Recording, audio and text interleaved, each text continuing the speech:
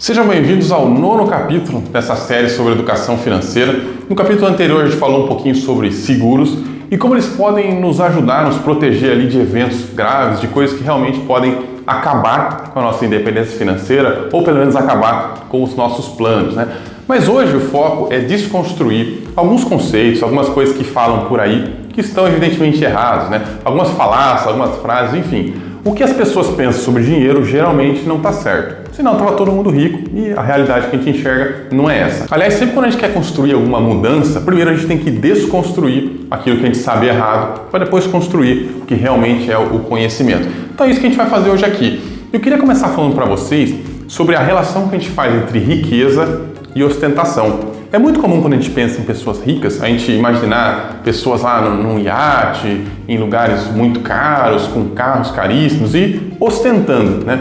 Mas a realidade é bem diferente dessa. Tem um livro que chama O Milionário Mora ao Lado e ele mostra muito sobre como a nossa percepção sobre os ricos está errada. Inclusive, a maioria dos ricos, dos milionários, se preocupa muito mais com tranquilidade financeira, com independência financeira, por isso que a gente está vendo aqui, do que com ostentação, do que com ter o melhor carro, do que com ter lá a melhor casa, fazer as melhores viagens, enfim. O rico está muito mais preocupado com a saúde financeira dele. E às vezes a gente vê esse povo aí da televisão, das revistas, né, que vivem lá ostentando, vivem no luxo e tal, mas a gente tem que entender que esse povo, na verdade, são a exceção. Eles não são a regra. A regra é que o milionário seja até de certa forma frugal, né? Tenha lá uma vida coerente, compatível ali com o que ele pode viver, sem comprometer a sua independência financeira. Agora, antes de entrar nas falácias propriamente ditas, eu queria falar um pouquinho sobre o nosso preconceito. Às vezes a gente tem preconceito com gente rica, né? Muitas vezes a gente olha uma pessoa bem-sucedida e fica pensando assim, com certeza foi herança, né? O cara ganhou isso aí e hoje está assim. Principalmente quando a gente vê gente da nossa idade, que estudou na mesma escola que a gente sempre fica pensando, não é possível, esse cara deve ter ganhado uma herança. Bom, geralmente não é o caso, tá? 80% dos milionários são self-made, são pessoas que não são filhos de milionários.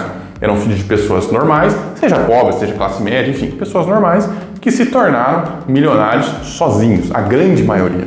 Herdeiro é exceção e não regra. Aliás, é uma coisa comum aqui nesse vídeo, a gente precisa parar de olhar para a exceção e olhar mais para a regra. Uma outra coisa, às vezes a gente pensa que para ser rico a gente tem que se corromper, precisa fazer coisa errada, né? Aquele cara ali, ele é rico, mas imagina só, o cara não deve ser honesto, ele deve ser traficante, deve roubar, deve dar golpe, enfim, a gente imagina um monte de coisa assim. E isso também é um preconceito da nossa parte. A maioria dos milionários não são desonestos, não são ladrões, não são corruptos. A maioria deles simplesmente conseguiu resolver problemas que a sociedade precisava muito que fossem resolvidos.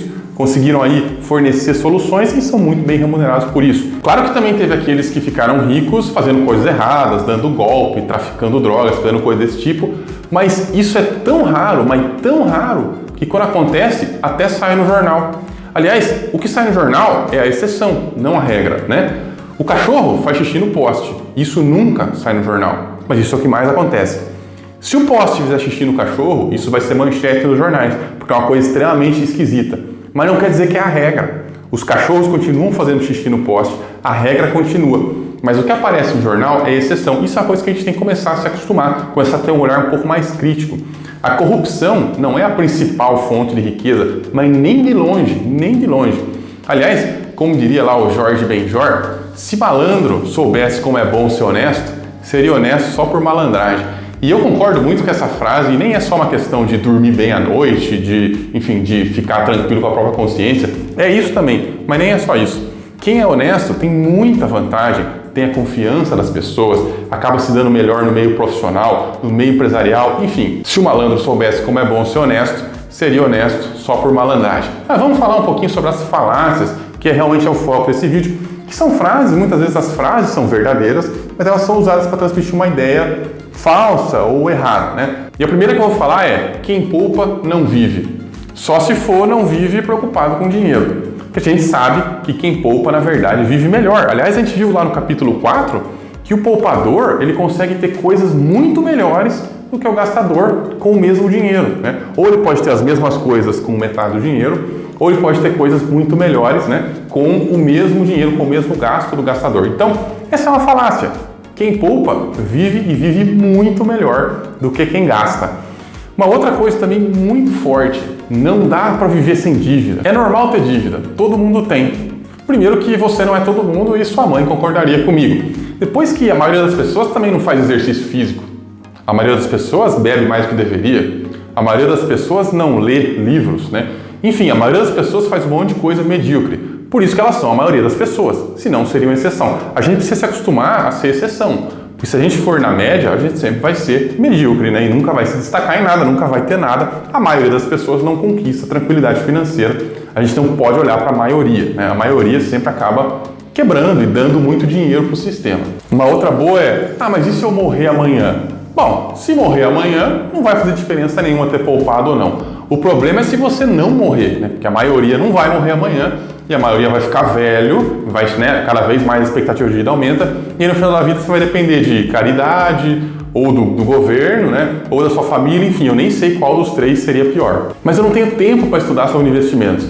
Isso é uma ilusão, não precisa de tempo para estudar sobre investimentos. Né? Talvez no começo você vai precisar de algumas horas por semana, depois vai virar algumas horas por mês e por fim vai virar algumas horas por ano. Você não vai precisar gastar muito tempo com investimentos. Aliás, é uma coisa assim que o mercado prega pra gente, né? O mercado tenta nos enganar nesse sentido, por quê? O mercado precisa viver de vender relatório, assinatura de casa de research, jornal especializado e tal. Então, eles precisam vender isso como sendo uma coisa muito complicada, né? Aquela história, cria complicação para vender facilidade. Essa outra aqui é muito boa. Eu conheço um fulano que poupou a vida inteira, poupou e morreu sem aproveitar nada. Bom, isso é uma maluquice, é como você falar assim, eu tenho um tio que fumava 5 maços de cigarro por dia e viveu até os 102 anos. Acontece? Acontece. É a regra? Óbvio que não. É um exemplo completamente maluco, né? Para cada um desse fulano aí que poupou a vida inteira e morreu antes de aproveitar, eu consigo achar milhares e milhares e milhares que não pouparam a vida inteira e viveram uma vida de miséria na velhice. Então, esse exemplo, nem tem o que falar disso, que isso é um absurdo. Mas dinheiro só atrai coisa ruim. Tenta experimentar a falta de dinheiro para você ver se atrai alguma coisa boa. Né? Uma outra legal também, meus pais nunca me ensinaram essa cultura de poupar. Veja, a maioria dos pianistas, dos médicos, dos engenheiros, dos grandes profissionais que tem por aí, não aprenderam com os pais. Aliás, que bom, né? Porque se a gente tivesse condenado a aprender só aquilo que os pais ensinam, a humanidade estava condenada, a gente ia saber cada vez menos, cada vez ia se perdendo. Mas não é assim. Você pode aprender coisas que você não aprendeu com seus pais. Mas meu companheiro não colabora, meu cônjuge. Bom, vocês têm que sentar e conversar. Porque ou vocês constroem um patrimônio juntos, ou vocês vão poder compartilhar da miséria quando chegarem lá na terceira idade. Caixão não tem gaveta. Realmente, caixão não tem gaveta.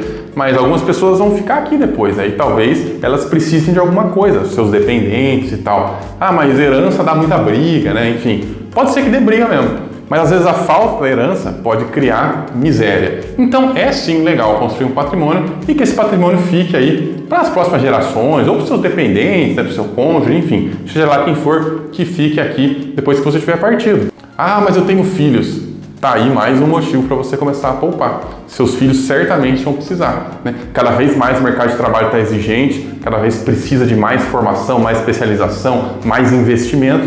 Então, se você tem filhos, esse é um motivo para você começar a poupar, porque certamente, em algum momento, eles vão precisar.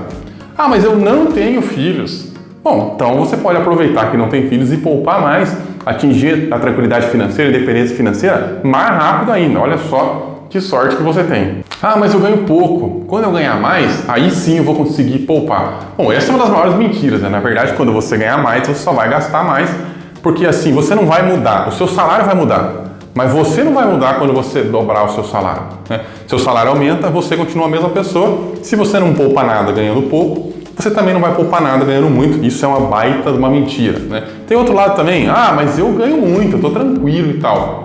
Se você ganha muito, aí sim que você precisa poupar. Por quê? Quando a gente ganha muito dinheiro e gasta todo esse dinheiro, geralmente, se a gente perder a nossa posição, vamos supor que você tenha lá um emprego muito bem remunerado. Se você perder esse emprego muito bem remunerado, dificilmente você vai conseguir se recolocar com o mesmo salário.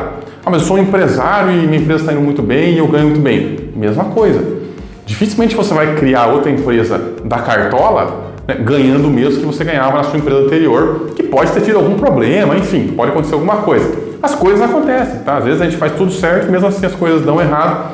Então, sempre tem que ter, independente se você ganhar pouco ou ganhar muito, a cultura de poupar tem que fazer parte do nosso dia a dia. Ah, mas eu sou funcionário público, eu não preciso me preocupar com isso. Você que pensa, né? Funcionário público já passou aí por 8 anos sem ter reajuste, e você pensa que é pouco, mas 8 anos sem reajuste, com inflação comendo, é mais ou menos você diminuir o seu salário pela metade. Imagina só você ter uma redução de salário, em 8 anos o salário vai diminuindo um pouquinho por ano, até chegar na metade. Isso acaba com as finanças de qualquer família, porque além de tudo é aos poucos, então você está lá cozinhando o sapo devagarzinho, quando a pessoa vê, já está tomada pelos consignados, pelas dívidas, pelos empréstimos. Isso foi terrível e isso aconteceu com o funcionário público. Então o funcionário público precisa sim ter essa cultura de poupar. Ah, mas eu tenho estabilidade, eu sou estável, né?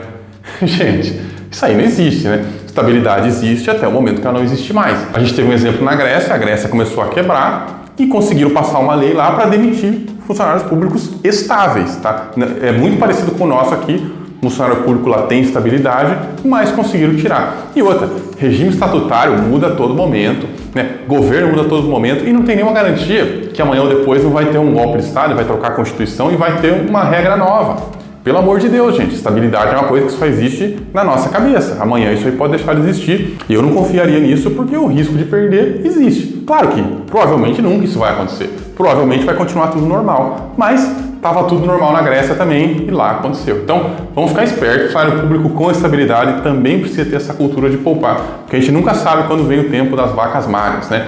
Ah, mas eu sou autônomo. Pô, aí mais ainda você tem que poupar, né? Porque o autônomo tem uma variação de renda muito grande e esse cara sim precisa ter um recurso para o momento ali de vacas magras, né? No momento que ele não puder mais trabalhar. Afinal, o autônomo geralmente ele não tem uma previdência muito boa. Aliás, previdência mesmo ninguém tem, né? A gente tem que construir a nossa. Então, assim, esse é um cara que realmente precisa poupar, senão ele não vai ter no futuro quando a atividade dele começar a diminuir. Agora, uma bem legal, dá muito trabalho cuidar de dinheiro. Pois é, experimenta administrar a miséria, então, que aí você vai ver o quanto de trabalho que dá ou não. Mesma coisa quando as pessoas falam, ah, quem tem muito dinheiro é infeliz, né? O dinheiro não traz felicidade, então quem tem muito dinheiro é infeliz. Bom, experimenta viver sem dinheiro, então, experimenta viver na miséria, que aí você vai ver que ter dinheiro nem é tão ruim assim. Bom, para finalizar o capítulo, o que eu queria passar aqui para vocês é essa desconstrução, esses conceitos que muitas vezes estão errados na nossa cabeça, estão arraigados, e a gente precisa se livrar deles se a gente vai começar realmente a construir um investidor, que aliás esse é o tema do próximo capítulo, construindo um investidor. Vamos ver como é que a gente pega a nossa mentalidade hoje e vai transformando em um investidor até a gente atingir aí a nossa tranquilidade financeira. Então, nós nos vemos semana que vem no próximo capítulo. Até lá!